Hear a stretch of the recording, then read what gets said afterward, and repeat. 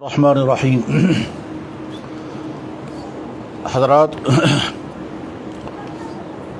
اس وقت میں ایک ایسے مسئلے کے متعلق مختصر سی گفتگو کروں گا جس کی ضرورت ویسے تو ہر زمانے میں ہے، لیکن اس وقت ہمارے معاشرے میں بار بار اس کی ضرورت سامنے آتی رہتی ہے۔ مسئلے کے بہت سارے پہلو ہیں اور بڑی تفصیل کے ساتھ اس کو گفتگو کرنے کی ضرورت ہے، لیکن اس وقت وہ بہت زیادہ ڈیٹیل اور تفصیل نہیں آئیں گی۔ اس وقت اختصار کے ساتھ وہ مسئلہ آئے گا۔ مسئلہ کیا ہے؟ جواب: سحر، جادو کرنا، کروانا، جادو کیا گیا تو اس کا علاج اور اس سے جڑے ہوئے بہت سارے مسائل۔ ہم سے بھی بکثرت لوگ ملتے رہتے ہیں اور کہتے ہیں کہ جی ہم کو بتایا گیا تم کو سحر کیا گیا ہے۔ کوئی کہتا ہے کہ سحر نہیں ہوا ہے، تہمت ہے۔ کبھی یہ عاملوں کا کام کرنے، عمل کا کام کرنے والے عامل، وہ اپنی حالات سناتے رہتے ہیں کہ ہمارے پاس لوگ آتے ہیں۔ تو اس لیے بہرحال اس کی ضرورت ہے کہ اس مسئلے پر کوئی گفتگو ہو۔ اب بہت تفصیل کے ساتھ اس وقت بات تو نہیں کر سکتے، لیکن مختصر میں عرض کرتا ہوں۔ پہلی بات، ہمارے زبان میں، ہمارے معاشرے میں جو لفظ استعمال ہے وہ ہے سحر، اور قرآن کریم میں لفظ ہے سحر۔ سحر کے معنی جادو کرنا اور سحر کے معنی صبح سویرے۔ چنانچہ آپ کہتے ہیں سحری کھائی، سحر۔ ایسا ہوتا ہے کہ ایک لفظ کئی معنی اپنے اندر رکھتا ہے۔ کسی لفظ کے کئی معنی ہر زبان میں ہوتے ہیں۔ اسی طرح سے یہ سین ہے رے، یہ سحر بھی ہوتا ہے، سحر بھی ہوتا ہے، جیسے مہر اور مہر۔ بہرحال سحر کے معنی جادو کرنا، یہ لفظ قرآن کریم میں بھی ہے، حدیثوں میں بھی ہے۔ سحر کا تذکرہ قرآن میں بھی ہے، احادیث میں بھی ہے۔ حتیٰ کہ جناب رسول اکرم صلی اللہ علیہ وسلم پر بھی سحر کیا گیا۔ سلیمان علیہ السلام کے زمانے میں بہت بڑے پیمانے پر جادوگری کا کام ہوا کرتا تھا۔ موسیٰ علیہ السلام کا تو باقاعدہ مقابلہ ہوا جادوگروں کے ساتھ، اور اس کا تذکرہ قرآن کریم میں بھی ہے۔ کیا جادو کی کوئی حقیقت ہے یا نہیں؟ بہت سارے لوگ سمجھتے ہیں کہ جادو کی کوئی حقیقت نہیں ہے، اور یہ توہم پرستی ہے، اور بہت سارے لوگ سمجھتے ہیں کہ جادو کی حقیقت ہے۔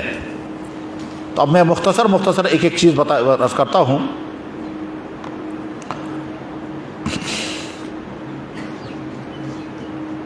پہلی بات یہ ہے، جو لوگ یہ سمجھتے ہیں کہ جادو کوئی چیز نہیں ہے، ان کی سوچ غلط ہے۔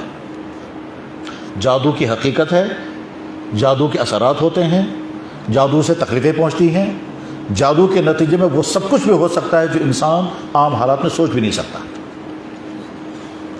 ٹھیک، قرآن کریم میں بھی جب جادو کا تذکرہ ہے، اور سلیمان علیہ السلام کے واقعے میں پہلے ہی پارے میں ہے، وَاتَّبَعُوا مَا تَتْلُو الشَّيَاطِينُ عَلَىٰ مُلْكِ سُلَيْمَانَ وَمَا كَفَرَ سُلَيْمَانُ وَلَٰكِنَّ الشَّيَاطِينَ كَفَرُوا يُعَلِّمُونَ النَّاسَ السِّحْرَ، تو لوگوں کو جادو سکھاتے تھے، اور اس جادو کے ذریعے سے وہ میاں بیوی کے درمیان ٹکراؤ پیدا کر کے رشتے توڑوا دیتے تھے، جس کا تو جادو کا اثر ہے۔ حضرت موسیٰ علیہ السلام کے مقابلے میں جادوگروں کی پوری ٹیم فرعون نے لائی تھی، اور ان جادوگروں نے اپنا جادو دکھایا، جس سے موسیٰ علیہ السلام ڈر بھی گئے اور سمجھ لگے کہ شاید اس کا مقابلہ میں نہیں کر سکوں گا۔ پھر اللہ تعالیٰ شاہ نے جواب میں فرمایا، تمہارے ہاتھ میں جو ڈنڈا ہے، اس ڈنڈے کو زمین پر ڈالو، یہ اس جادو کو ختم کر دے گا۔ چنانچہ وہ ڈنڈا زمین پر ڈالا گیا، وہ ڈنڈا اصبحہ بن گیا، اور اس اژدہے نے وہ تمام وہ جادو کی رسیاں جو سانپوں کی شکل میں نظر آ رہی تھی، وہ ساری رسیاں کھائیں۔ اور آج کے زمانے میں اس کو سمجھنا بہت آسان ہے کہ آپ دیکھیں گے کبھی سوشل میڈیا پر بڑے بڑے اژدہے دکھائے جاتے ہیں، اور وہ بڑے بڑے جانوروں کو منہ میں نگل رہے ہیں، لوگ دیکھتے رہتے ہیں، سناتے رہتے ہیں، بولتے رہتے ہیں، بس اسی طرح سے۔ اور سب سے بڑی بات یہ ہے کہ خود جناب رسول اکرم صلی اللہ علیہ وسلم کا جادو کیا گیا، اور اس جادو کے اثرات بر آپ پر آئے، اور حدیثوں میں اس کا تذکرہ ہے۔ لہذا جو بھائی یہ سمجھتے ہیں کہ جادو کچھ نہیں ہے، وہ غلط سمجھتے ہیں۔ جادو ہے، اس کا اثر ہوتا ہے، اور جیسا جادو کیا جائے گا ویسے اس کے اثرات بھی ہوں گے۔ جب ہم پڑھا کرتے تھے تو ہمارے کلاس فیلوں میں ایسے لوگ تھے جنہوں نے جادو بہت بڑے پیمانے پر سیکھا ہوا تھا، اور وہ اسی علاقے کے تھے جہاں جادوگری بہت زیادہ ہوتی ہے، یعنی ویسٹ بنگال اور بنگلہ دیش. تو بنگلہ دیش کے لڑکے ہمارے ساتھ تھے، وہ جادو کے واقعات عجیب عجیب سناتے تھے. ان میں سے کوئی جادو کرنا بھی جانتے تھے، لیکن ساتھ میں یہ بھی کہتے تھے وہ کہ جادو کا میں رہنا جو ہے یہ بہت برا عمل ہے. یہ خیر، تو لہذا یہ غلط فہمی ذہن میں نہیں ہونی چاہیے کہ جادو کچھ نہیں ہے. جادو کا اثر ہوتا ہے اور ہو سکتا ہے. اس کے بعد پھر اکثر ایسا ہوتا ہے کہ آدمی کو تکلیف کوئی اور ہے، اور کسی کے پاس گئے، اس نے کہا تم کو بڑا خطرناک جادو کر دیا گیا ہے، حالانکہ اس کا جادو نہیں ہوتا ہے، سحر نہیں ہوتا ہے، تکلیف کچھ اور ہے، لیکن بولنے والا ٹریس نہیں کر پاتا ہے، وہ ڈائگنوز نہیں کر پاتا ہے. وہ کہتا ہے چشیت ہمت کیا تھا کرے، تم کو بڑا زبر خطرناک جادو سے کھڑا کی کنچن سے، اور چشیت ہمت تکرس مطلب اس کو ڈرا دیتا ہے، اور وہ سوچتا ہے کہ واقعی مجھے، اب یہ پوچھتا ہے مجھے کس نے کیا، تو کبھی وہ خامخواہ کسی کا نام بتائے گا اور کبھی وہ نام نہیں بتائے گا. اچھی طرح سے سمجھنا چاہیے کہ اگر علاج کرنے والا بیماری ٹریس نہیں کر پا رہا ہے تو خامخواہ کسی کو وہاں میں ڈالنا صحیح نہیں ہے. جرم ہے یہ کہ کسی کو کہا جائے تم کو جادو کر رکھا ہے، تم کسی لائق نہیں رہو گے، تم کو تو بٹھا کر کے رکھ دیں گے، اور حقیقت وہ نہیں ہوتی. اور اس میں یہ کرنے والا مجرم ہے جو یہ دھوکہ دے رہا ہے. نمبر 3 جو زیادہ بڑے پیمانے پر ہے وہ یہ کہ دشمنیاں ہوں اور دشمنیوں کے ذریعے سے دوسرے پہ جادو کرایا جائے. یہ سب سے خطرناک ہے، بلکہ اس بات کا خطرہ ہے کہ آدمی کا ایمان ہی ختم ہو جائے گا. اس لیے جادو سیکھنے کی سخت ممانعت حدیث میں ہے، بہت ہی سخت وعید ہے، بہت ہی زیادہ سخت وعید ہے جادو سیکھنے والوں کے لیے. کیوں؟ جب آدمی سیکھ لیتا ہے، سیکھنے کے بعد اس جادو کے ذریعے سے دوسروں کو تکلیف پہنچا سکتے ہیں، تو گویا مان لیجئے یہ ہاتھ میں ایک خطرناک ہتھیار آ گیا. اسی لیے ہمارے یہاں کتابوں میں باقاعدہ سوال آتا ہے کہ جادو سیکھنے کی اجازت ہے یا نہیں، تو سختی کے ساتھ منع کیا جاتا ہے. جادو سیکھنا حرام، ابھی کرنے کی تو بات ہی نہیں ہے، سیکھنا ہی حرام ہے. اور سیکھنا حرام ہے تو کرنا تو اس سے بھی زیادہ خطرناک حرام ہے. لہذا جو لوگ جادو کرتے اور کراتے ہیں وہ بدترین مجرم ہیں، گناہ کبیرہ کا شکار ہیں، اور بعض حالات میں ان کا ایمان بھی ختم ہو جاتا ہے. کیونکہ جادوؤں کی ایک قسم ایسی بھی ہے جن قسموں میں آدمی کا ایمان ختم ہو جاتا ہے، تب آدمی جادو کر پاتا ہے.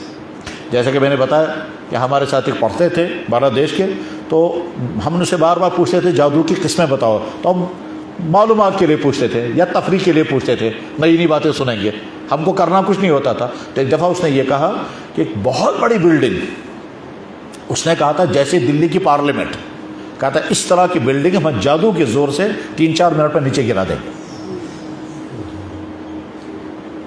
عجیب. پھر ساتھ میں کہنے لیکن وہ عمل ایسا ہے کہ اس آدمی سے آدمی کافر ہو جاتا، اور ہم اپنے ایمان، تو ہم اسے پوچھتے تھے تم نے سیکھا کہاں یہ، وہ بتاتا تھا اپنی تفصیل. اب اس میں حق صداقت کتنی ہے اور حقانیت کتنی ہے واللہ عالم، لیکن جادو کے اثرات ہوتے ہیں اور جادو کے ذریعے سے کچھ بھی کیا جا سکتا ہے. ایک دفعہ اس نے یہ بھی کہا کہ جادو کے ذریعے سے انسان کو مارنے کی کوشش کی جائے گی، اس کا ایک مٹی کا پتلا بنائیں گے، مٹی کا پتلا بنائیں گے، اور اس کے بعد ایک سوئی تیار کریں گے، اس پر کچھ پڑھیں گے اور اس کے سوئی لگائیں گے، اور وہاں اس آدمی کو تکلیف شروع ہو جائے گی. 40 دن میں 40 سوئیاں لگائیں گے، 40 دن میں وہ مر جائے گا. لیکن ساتھ میں کہتا تھا اس میں ایسی چیزیں بھی جس میں آدمی کافر ہو جاتا ہے. تو یہ جادو کرنا اور جادو کروانا اور کسی کے ذریعے سے تکلیف پہنچانا بدترین عمل ہے، بہت ہی سخت عمل ہے. یہ سمجھیے اسلام میں جتنے بڑے بڑے گناہ ہیں ان بڑے گناہوں میں یہی بڑا گناہ آتا ہے. اور ادھر سے کچھ گناہ وہ ہیں جن کا تعلق آدمی کی اپنی ذات کے ساتھ ہے، اور کچھ گناہ وہ ہیں جن کا تعلق دوسرے انسانوں کے ساتھ ہے. جن گناہوں کے ذریعے سے دوسرے انسانوں کو تکلیف پہنچتی ہے وہ گناہ معاف ہو ہی نہیں سکتے جب تک اس دوسرے انسان کو تکلیف سے نکالنے کی تدبیر نہ ہو. جیسے خدا نخواستہ کسی نے شراب پی، یہ بدترین گناہ ہے، لیکن اس کا تعلق انسان کی اپنی ذات سے ہے. اور اگر کسی انسان نے چوری کی تو یہ بدترین گناہ ہے، لیکن ساتھ میں یہ معاف نہیں ہوگا جب تک اس کا مال واپس نہیں کرے گی، کیونکہ اس کا نقصان تو دوسرے کو پہنچا جا رہا ہے. تو جادو کا معاملہ بھی یہی ہے.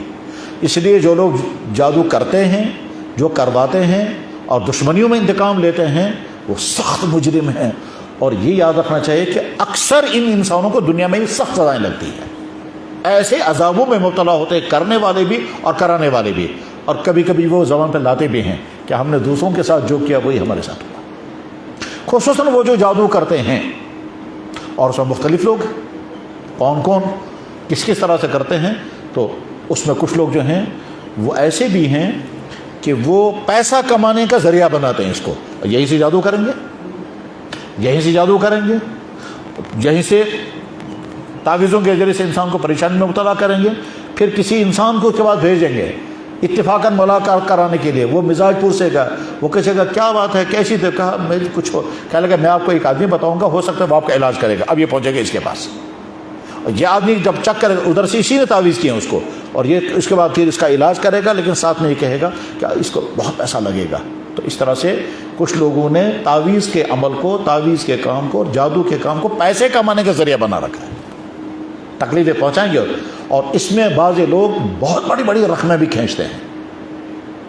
اور بعض دفعہ ایسا بھی پایا گیا کہ صاحب جس بیچارے کو کوئی تکلیف ہے اس کے اور تکلیف کرا دی, خصوصاً اگر وہ مال والا ہوگا, اور تکلیف کرانے کے بعد پھر تاکہ اس سے پیسہ کھینچیں, اس کے بعد اس کو پریشانی سے نکالیں گے. اس میں عجیب عجیب دھوکے ہو رہے ہیں.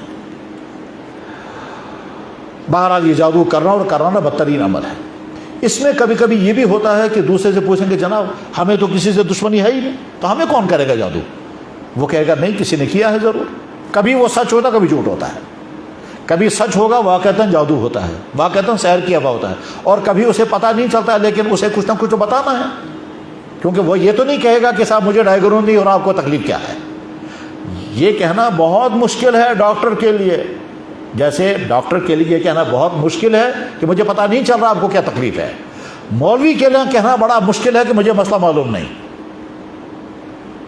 جب کسی عالم سے مسئلہ پوچھتے ہیں اور اسے مسئلہ معلوم نہ ہو, بہت مشکل ہے اس کی زبان پر رہ جائے جناب مجھے نہیں مسئلہ معلوم ہے, کیونکہ اس میں جہالت کو ماننا ہوتا ہے, اور جہالت کا اعتراف کرنا کبھی کبھی مشکل لگتا ہے کہ انسان سمجھتا ہے میری شان اسے گڑ جائے گی, ٹھیک, لیکن جو فکر مند ہوتے ہیں وہ کہتے ہیں صاحب مجھے نہیں مسئلہ معلوم.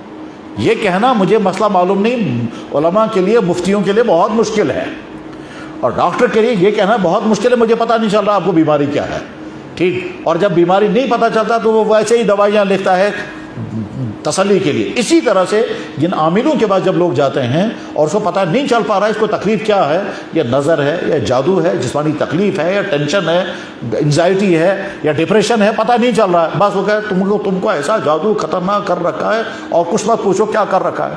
اس بیچ میں کچھ عجیب عجیب تگڑم بھی ہوتے ہیں. وہ تگڑم کیا ہوں گے, وہ کبھی سچائیاں ہوتی ہیں کبھی تگڑم ہوتے ہیں. وہ کیا, وہ کہیں سے مٹی اٹھا کر کے لائیں گے کہ دیکھو ابھی نکالا جادو, اور اس میں تازہ مٹی بھی ہوگی, اس میں بال ہوں گے, اس میں ناخن ہوں گے, اس میں پتہ نہیں کیا کیا ہوگا. تو بس آدمی حیران ہوتا ہے یہ کہاں سے نکال کر کے لائے. اس میں ان عاملوں کے پاس کبھی کبھی جنات بھی ہوتے ہیں. ان جنات کا عمل بھی یہی ہوتا ہے کہ وہ کہیں سے مٹی اٹھا کر کے لائیں گے, اس مٹی کے اندر بال جمع رکھیں گے, بالکل یہ سامنے تمہارے. کہیں حقیقتیں بھی ہوتی ہیں. اس بیچ میں بعض لوگ یہ غلطی کرتے ہیں, وہ کہتے ہیں تم کو تمہارے رشتہ داروں نے جادو کر رکھا ہے, تمہارے رشتہ دار ہو. اب یہ رشتہ داروں کو شک کرنے لگے گا شاید فلانے نے کیا ہوگا, شاید فلانے نے کیا ہوگا. پھر سوچتا ہے اس نے میرے ساتھ کیا کیا, میرا ان کے ساتھ کیا. تو ذہنوں میں بدگمانیاں آتی ہیں, یہاں تک کہ خاندانوں میں ٹکراؤ بھی ہوتے ہیں. اور ایک دفعہ میرے پاس یہ مسئلہ آیا تھا جس میں ایک صاحب نے مجھ سے کہا کہ جی ہم نے رشتہ کہیں کیا تھا, اس رشتہ کرنے میں اس لڑکی والوں یا لڑکے والوں سے کسی پیر صاحب نے یا عامل نے کہا کہ یہ امنچن ستارہ رالر. اب وہ ستارہ نہیں معلوم وہ کہاں ملتا ہے کا. تو انہوں نے کہا ان کا ستارہ آپس میں نہیں ملے گا. تو آخری کیا تھا, بہرحال تو اس کے بعد پھر وہ گئے اس کے پاس اور اسے جا کر کے اس کو ڈانٹ ڈپٹ کی, یہاں تک کہ شاید مار پیٹ بھی ہوئی ہے کہ تو ہم کو بتاؤ یہ ستارہ کہاں لکھا ہوا ہے تمہارے یہاں, تم نے ہمارا رشتہ کٹوا دیا.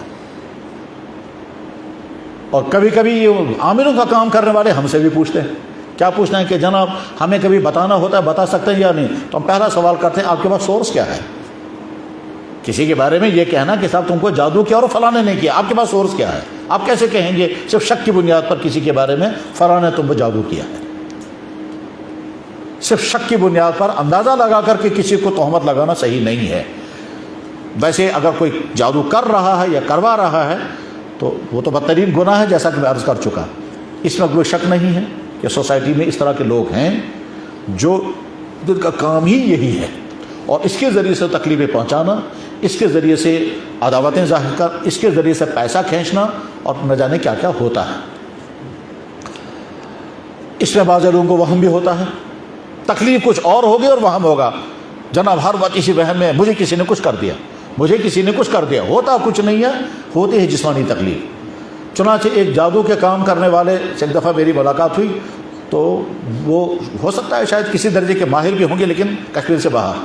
تو انہوں نے کہا کہ اکثر عامل لوگ جب یہ کہتے ہیں تم پر جادو کیا گیا تو جھوٹ ہوتا ہے. تو میں نے کہا آپ اسی فیلڈ کے ہیں، آپ بتاؤ. کہنے لگا اکثر وہ ہوتا ہے، ان کو پتہ نہیں چلتا ہے. آج طرح طرح کی بیماریاں ہیں، دماغی بیماریاں.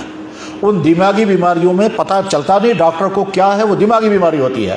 اس کو بھی سمجھ میں نہیں آتا ہے، تو بس وہ کہتا ہے تم کو کسی نے جادو کیا، تم کو کسی نے کچھ کھلا دیا، تم کو کسی نے کچھ کیا، تم نے کسی کے. وہ سب وہمی باتیں ہوتی ہیں. اور سوا کبھی وہ دھاگے پڑھ کر کے دیں گے، کبھی وہ ناخن لٹکانے کو کہیں گے، کبھی کہیں گے مٹی کے اندر یہ چیز دفن کرو، کبھی کہیں گے دریا میں بہاؤ، کبھی کہتے ہیں بال نکال کو ان کو جلائیں. یہ طرح طرح کے تگڑے میں ہوتے ہیں، اور اصل ہوتی ہے اس کی حقیقت نہیں معلوم ہوتی ہے. کیونکہ آج کے زمانے میں دماغی امراض بہت زیادہ پھیل گئے ہیں. دماغی امراض پہلے زمانے میں جسمانی بیماریاں زیادہ، آج دماغی امراض بہت ہیں. اور دماغی امراض میں بظاہر کچھ نہیں ہے، اور ٹینشن ہے، ڈپریشن ہے، انزائٹی ہے، اور پتہ نہیں کیا کیا ہے. ان دماغی امراض کو ٹریس نہیں کر پاتے ہیں، تو وہ کہتے ہیں تم کو کسی نے جادو کیا، تم کو کوئی نظر لگ گئی. اور وہ جو لیکن جہاں حق اچھا بہت سارے لوگ کہتے ہیں تم کو جادو کیا گیا مگر علاج نہیں کرتے. تو جب تم بول رہے ہو ایک جادو، علاج کر کے دکھاؤ، لیکن علاج نہیں کریں گے. تو اس پہ شک ہوتا ہے کہ شاید یہ صحیح نہیں کر پا رہے. اس سلسلے میں ہمارے لیے جو اس وقت میسیج کی بات ہے وہ یہ کہ جناب رسول اللہ صلی اللہ علیہ وسلم کو اللہ نے دنیا کے تمام انسانوں کے لیے نمونہ بنایا، ہر حرارت کے لیے نمونہ. آپ علیہ السلام میں جادو کیا گیا، اس جادو کے اثرات بھی حضور پر ہوئے، وہ اثرات محسوس بھی ہوتے تھے. اور وہ جادو جو ہے وہ کنویں کے اندر دبایا گیا تھا، وہاں سے وہ نکالا گیا، اس میں آپ کے مبارک بال تھے، ان میں گانٹھیں لگائی گئی تھی. تو اسی جادو کے اثر کو ختم کرنے کے لیے اللہ تعالیٰ شاہ نے سورہ فلق اور سورہ ناس نازل فرمائی. سورہ فلق اور سورہ ناس. چنانچہ آپ علیہ السلام سورہ فلق اور سورہ ناس 11 آیتیں پڑھی اور ایک ایک گانٹھ کھول دی تو وہ جادو کے اثرات ختم ہو گئے. ہمارے بے شمار اکابرین و بزرگ وہ یہ جو عمل بتاتے ہیں وہ یہ کہ سورہ فلق اور سورہ ناس کی خوب زیادہ تلاوت کرنی چاہیے، تو جادو کے اثرات سے انسان محفوظ رہے گا. اور اگر اثرات ہوئے ہوں گے تو ختم ہو جائیں گے. پھر اس کے پڑھنے کے طریقے اللہ اور اللہ کے نبی نے متعین نہیں کیے، وہ تو بعد کے بزرگوں نے اپنے تجربات سے مقدار طے کی ہے. جیسے جڑی بوٹیوں میں بیماریوں کا علاج ہے، لیکن کون سی جڑی بوٹی کتنی استعمال کریں گے، کتنی، تو جواب وہ حکیموں نے تجربات کیے. اسی طرح سے اللہ اور اللہ کے نبی نے جو کلام فرمایا اس کے اندر تاثیر ہے، اثر ہے، لیکن کس کلام کا اثر کتنی مرتبہ پڑھنے سے ہوگا یہ بات کے انسان نے خود تجربات کیے. تو کبھی بتایا جاتا ہے کہ ہر فرض نماز کے بعد 1 مرتبہ پڑھو، ہر فرض نماز کے بعد 3 مرتبہ پڑھو، یا صبح اور شام جو ہے وہ 7 مرتبہ پڑھیں. آیت الکرسی بھی اس کے لیے بہت مفید ہے. آیت الکرسی، سورہ فلق، سورہ ناس پڑھ کر کے تلاوت کر کے پھر دونوں ہاتھوں میں دم کیا جائے اور پورے جسم میں پھیرا جائے. یہ حدیث مابع بخاری میں بھی حدیث ہے، بلکہ حضرت عائشہ صدیقہ رضی اللہ تعالیٰ عنہ بیان کرتی ہیں کہ اللہ کے نبی علیہ السلام جب اخیر عمر میں بیماری کے عالم میں تھے تو اب حضور خود پڑھ نہیں پاتے تھے تو میں پڑھتی تھی معوذتین، وہ 2 صورتیں جن 2 صورتوں کے ذریعے سے انسان کو ان مصیبتوں سے باہر نکالا جائے. تعویذ اسی سے ہے معوذ، اسی سے ہے عیاذہ، اسی سے ہے العیاذ باللہ، اسی سے ہے اعوذ باللہ. اعوذ، تعوذ، تعویذ یہ سب ایک ہی لفظ ہے. ان تمام الفاظ کا روٹ ایک ہی ہے. اعوذ، عیاذ، تعویذ، اعوذ باللہ، نعوذ باللہ، استعاذۃ، فاذا قرأت القرآن فاستعذ باللہ من الشیطان، یہ سب ایک ہی روٹ کے الفاظ ہیں. تو تعویذ کے معنی ہے ایسا عمل جس کے ذریعے سے انسان کو مصیبت سے باہر نکالا جائے، پریشانی سے باہر نکالا جائے. تعویذ یا کشمیری کہتے ہیں تعیذ، یہ تعیذ تو یہاں کا تلفظ ہے لیکن اصل میں ہے تعویذ. معوذتین، معوذات یہ لفظ آتا ہے. تو حضرت عائشہ صدیقہ رضی اللہ عنہ کہتی کہ میں خود پڑھا کرتی تھی سورہ فلق اور سورہ ناس، اور حضور کے دونوں ہاتھوں پر دم کیا میں نے، اور حضور کے دستے مبارک کو وہ حضور کے جسم پر پھیرا. تو ثابت ہو. یہی وجہ ہے کہ سونے کے وقت کہا جاتا ہے کہ سونے کے وقت آپ آیت الکرسی پڑھیں، تسبیح فاطمہ پڑھیں، سورہ فلق سورہ ناس پڑھیں، دونوں ہاتھوں پر دم کریں اور پورے جسم پر پھیریں. اور اللہ کے نبی ایسا کرتے بھی تھے. اور کبھی ایسا بھی ہوگا کہ آپ جو ہی یہ کریں گے تو آپ کی بدن کے رونٹے کھڑے ہو جائیں گے، یعنی ٹھنڈ جیسی لگے گی. تو اس کے بعض حضرات نے کہا کہ اس کے اثرات آتے ہیں. اللہ کے کلام میں تاثیر کیا کیا ہے یہ مستقل ایک ریسرچ کا موضوع ہے. بلکہ میں نے پہلے بھی پڑھا اور ابھی کچھ دنوں پہلے پڑھا، وہ جاپانی ڈاکٹر کا فوٹو دکھایا گیا کہ اس شخص نے زمزم پر ریسرچ کیا، اس شخص نے بسم اللہ پڑھے ہوئے پانی پر ریسرچ کیا اور بتایا کہ پانی کے اثرات کیا بدل گئے ہیں۔ وہ کوئی جاپانی ڈاکٹر تھا، میرے پاس اس کا وہ ریکارڈ بھی موجود ہے۔ خیر،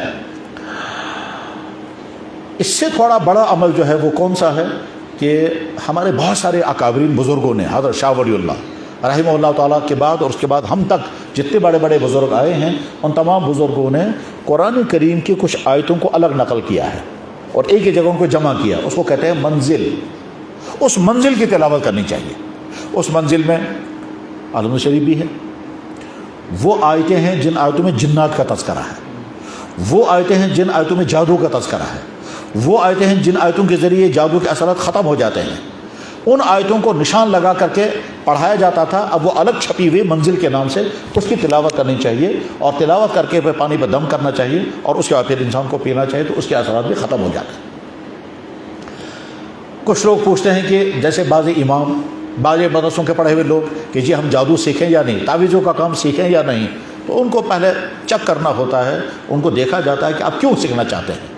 پیسہ کمانے کے لیے، دوسروں کو تکلیف پہنچانے کے لیے، انتقام لینے کے لیے، جنات کو باتیں بنا کر کے اپنے کام کرانے کے لیے، اگر یہ ساری نیتیں ہیں تو نیتیں بھی غلط ہیں، اور اس غرض کے لیے جادو سیکھنا، جنات کا کام سیکھنا یہ بھی غلط ہے۔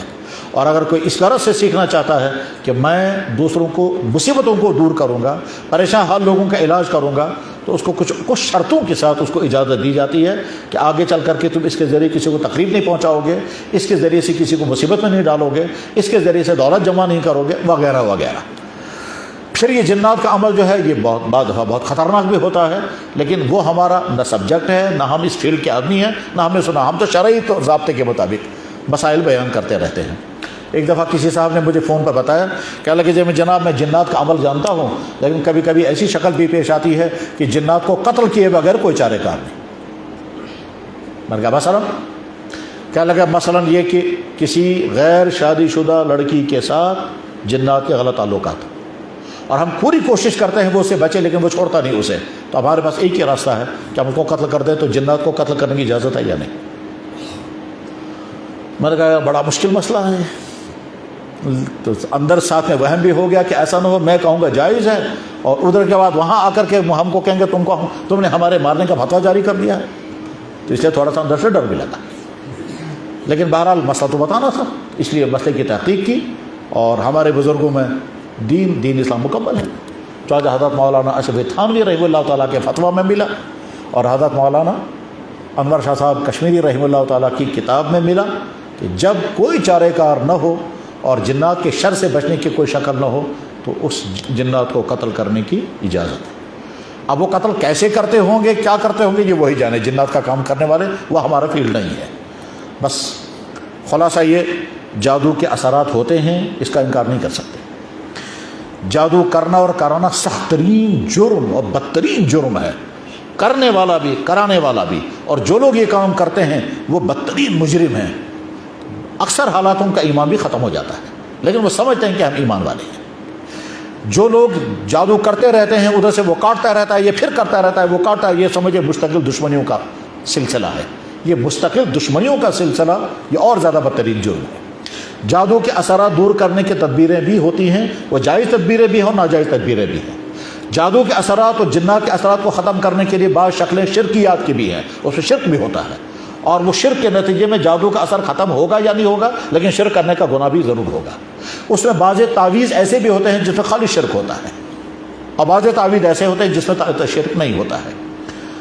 خدا نخواستہ اگر جادو کے اثرات ہو گئے ہوں تو اس کی حفاظت کے لیے سب سے پہلے اللہ کا وہ کلام پڑھنا چاہیے جو کلام قرآن اور حدیث میں ہے، یا کسی دیندار موحد، کسی ایسے جاننے والے سے جو غلط کام نہ کرائے، اس سے علاج کرانا چاہیے۔ لیکن ایسا انسان کی جو جائز و ناجائز کے حدود بھی میں فرق نہ کرتا ہو، حلال و حرام کی بھی تمیز نہ کرتا ہو، شرک و توحید میں بھی فرق نہ کرتا ہو، ایسے انسان سے علاج نہیں کرانا چاہیے۔ ایک حدیث میں ہے اللہ کے نبی علیہ السلام نے فرمایا من اتا ساحرا، جو کسی جادوگر کے پاس گیا، کیوں جائے گا وہ؟ یہ معلوم کرنے کے لیے کہ مجھے کیا ہے، یا کسی اور پر جادو کرانے کے لیے، فقط کفر بما نزل علی محمد، اس نے اس دین کا انکار کیا جو دین نازل ہوا تھا جناب رسول اکرم صلی اللہ علیہ وسلم۔ اور اگر کوئی انسان محفوظ ہے تو شکر پڑھنا چاہیے، جیسے جسمانی بیماریوں سے محفوظ ہے تو الحمد، اور اگر اس طرح کے جادو اور نظر بد اور جنات کے اثرات سے محفوظ ہے تو شکر پڑھنا چاہیے۔ جنات کے اثرات انسان کی صحت پر بھی پڑتے ہیں، اولادوں پر بھی پڑتے ہیں، میاں بیوی کے تعلقات پر بھی پڑتے ہیں، ٹھیک ہے، کاروبار پر بھی پڑتے ہیں، خوبصورتی پر بھی پڑتے ہیں، جو بھی خوبیاں ہیں ان خوبیوں میں سے کسی چیز پر بھی جنات کا اثر بھی پڑتا ہے، جادو کا اثر بھی پڑتا ہے، نظر بد کا اثر بھی پڑتا ہے۔ چنانچہ اللہ کے نبی علیہ السلام کی خدمت میں ایک بچی کو لایا گیا، اس پر نظر لگی تھی اور نظر کی وجہ سے اس کا چہرہ بگڑ گیا تھا، پھر آپ علیہ السلام نے اس کا ایک علاج بھی بتایا۔ بہرحال نظر لگنا بھی حق، جادو بھی حق، جنات کے اثرات وہ بھی حق، ان کا علاج بھی ہوتا ہے، اور علاج کرنے میں دھوکے بھی ہوتے ہیں، علاج کبھی صحیح بھی ہوتا ہے۔ کہیں نظر نہیں ہوتی، جادو نہیں ہوتا، جنات کا اثر نہیں ہوتا، لیکن بولنے والا بول دیتا ہے، جھوٹ بولتا ہے کہ تم پر جادو کیا گیا ہے، اب وہ اس کا علاج کرتا ہے اور وہ پیسہ کمانے کے لیے ایسا ہوتا ہے۔